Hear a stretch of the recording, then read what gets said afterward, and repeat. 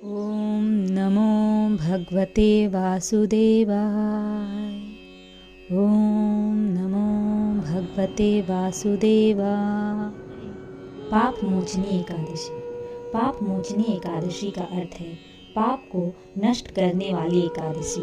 एक बार युधिष्ठिर ने भगवान श्री कृष्ण से पूछा, भगवान, चैत्र कृष्ण पक्ष की एकादशी का क्या नाम है, यह बताने की कृपा कीजिए। भगवान श्री कृष्ण बोले, राजन सुनो, मैं इस विषय में एक पाप नाशक उपाख्यान सुनाऊंगा, जिसे चक्रवर्ती नरेश मंधाता के पूछने पर महर्षि लोमेश ने कहा था। मंधाता बोले, भगवान, मैंने लोगों के हित की इच्छा से यह सुनना चाहता हूँ कि चैत्र मास के कृष्ण पक्ष में किस नाम की एकादशी होती है, उसकी विधि क्या है तथा उसे किस फल की प्राप्ति होती है। कृपया ये सब बातें बताइए। लोमेश जी ने कहा, राजन, पूर्व काल की बात है। अप्सराओं से सेवित चैत्र रथ नामक वन में, जहाँ गंधर्वों की कन्याएं अपनी किंकरियों के साथ बाजे बजाती हुई विहार करती हैं, मंजूषा घोष नामक अप्सरा मुनीश्वर मेधावी को मोहित करने के लिए गई। महर्षि उसी वन में रहकर ब्रह्मचर्य का पालन करते थे। मंजू घोषा मुनि के भय से आश्रम से एक कोस दूर ही ठहर गई और सुंदर ढंग से वीणा बजाती हुई मधुर गीत गाने लगी। मुनि श्रेष्ठ मेधावी भ्रमण करते हुए उधर से निकले और उस सुंदरी अप्सरा को इस प्रकार गान करते देख कामदेव से परास्त होकर बरबस मोह के वशीभूत हो गए। मुनि की ऐसी अवस्था देख मंजू घोषा उनके समीप आई और वीणा नीचे रखकर उनका आलिंगन करने लगी। मेधावी भी उसके साथ रमण करने लगे। कामवश रमण करते हुए उन्हें रात और दिन का भी भान न रहा। इस प्रकार मुनि जनोचित सदाचार का उल्लंघन करके अप्सरा के साथ रमण करते रहे एवं बहुत दिन व्यतीत हो गए। मंजू घोषा देवलोक जाने को तैयार हुई। जाते समय उसने मुनि श्रेष्ठ मेधावी से कहा, हे ब्राह्मण, अब मुझे अपने लोक जाने की आज्ञा दी। मेधावी बोले, देवी, जब तक सवेरे से संध्या ना हो जाए तब तक मेरे पास ही ठहरो। अप्सरा ने कहा, विप्रवर, अब तक ना जाने कितनी संध्या चली गई, मुझ पर कृपा करके बीते हुए समय का विचार तो कीजिए। लोमेश जी कहते हैं, राजन, अप्सरा की बात सुनकर मेधावी के नेत्र आश्चर्य से चकित हो उठे।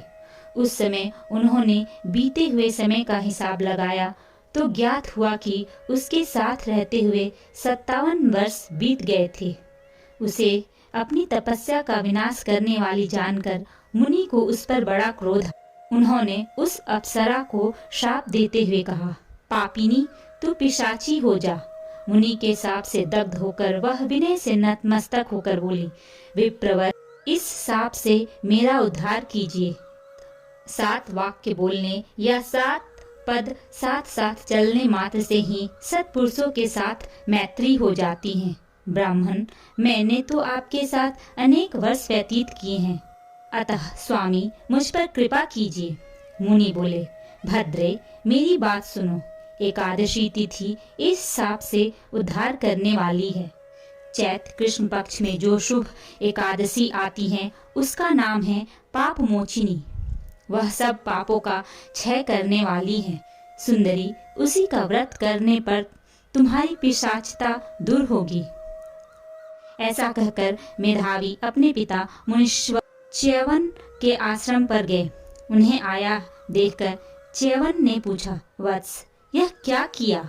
तुमने तो अपने पुण्य का नाश कर डाला। मेधावी बोले, पिताजी, मैंने अप्सरा के साथ रमण करने का पाप किया है। कोई ऐसा प्रायश्चित बताइए जिससे पाप का नाश हो जाए। च्यवन ने कहा, पुत्र, चैत्र कृष्ण पक्ष में जो पाप मोचनी एकादशी होती है उसका व्रत करने पर पाप राशि का विनाश हो जाएगा। पिता का यह कथन सुनकर मेधावी ने उस व्रत का अनुष्ठान किया। इससे उनका पाप नष्ट हो गया और वे पुनः अपनी तपस्या से परिपूर्ण हो गए। इसी प्रकार मंजू घोषा ने भी उस उत्तम व्रत का पालन किया।